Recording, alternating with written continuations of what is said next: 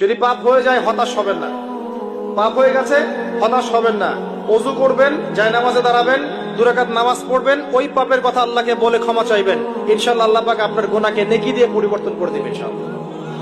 যতবার পাপ হবে ততবার নামাজে দাঁড়াবেন, ততবার ওযু করবেন, ততবার 2 রাকাত নামাজ পড়বেন এবং আল্লাহর কাছে ক্ষমা চাইবেন। ইনশাআল্লাহ আল্লাহ মাফ করে দিবেন। শয়তান আপনাকে হতাশ করতে চাইবে, ফ্রাস্ট্রেট করতে চাইবে।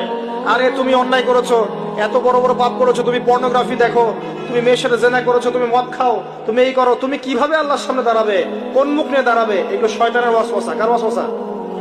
আল্লাহ পাক ক্ষমা করতে করতে ক্লান্ত হবেন না, আপনি ক্ষমা চাইতে চাইতে ক্লান্ত হয়ে যাবেন ইনশাআল্লাহ। আল্লাহ পাক এমন গফুর রহিম। এক ব্যক্তি 99টা খুন করেছে। কয়টা? 99টা খুন করে এক আলেমের কাছে গিয়ে বলেছে যে আমার কি তওবা হবে? সে বলেছে না, তওবা হবে না। সে বলেছে কি তওবা হবে না। সে আলেম ছিল না, সে আবেদ ছিল। আবেদ মানে ইবাদত করতে বেশি বেশি, খুব বেশি জ্ঞান ছিল না। আমাদের মতো আমরা কিন্তু ইবাদত বেশি করি, জ্ঞান খুব কম। তো সে ছিল আবেদ, সে বলেছে না তওবা হবে না।